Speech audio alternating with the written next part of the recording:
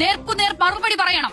മതിവിരുദ്ധ പോരാട്ടത്തിലൂടെ കെട്ടിപ്പടുത്ത ഒരു സർക്കാരിനെ, സംഘവിരുദ്ധ പോരാട്ടത്തിന്റെ മുന്നണിയിൽ നിന്നൊരു നേതാവിനെ നിങ്ങൾ ഉന്നയിച്ച ആരോപണത്തിലൂടെ ജയിലിലടച്ച് അവിടെ BJPക്ക് വഴിവെട്ടിയ നിങ്ങളെ ജനാധിപത്യ ഇന്ത്യ മറക്കില്ല സാർ.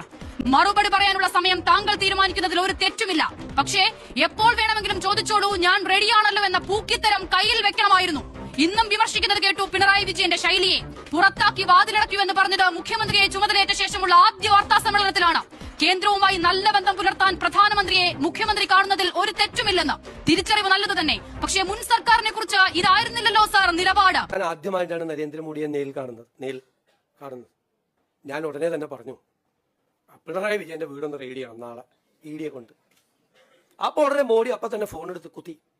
എന്നിട്ട് പറഞ്ഞു, നാളെ രാവിലെ സതീശൻ വന്നിട്ട് ആദ്യമായിട്ടൊരു കാര്യം പറഞ്ഞാണ്, നാളെ രാവിലെ കംപ്ലീറ്റ് സ്ഥലത്ത് റെയ്ഡ് ചെയ്യണം. അപ്പൊ നമ്മൾ ഒരു സ്ഥലത്ത് പോരാ, 12 സ്ഥലത്ത് ചെയ്യണം. ആ സതീശൻ പറഞ്ഞേക്കുന്നത് 12 സ്ഥലത്ത് റെയ്ഡ് ചെയ്യാനാണ് പറഞ്ഞേക്കുന്നത്.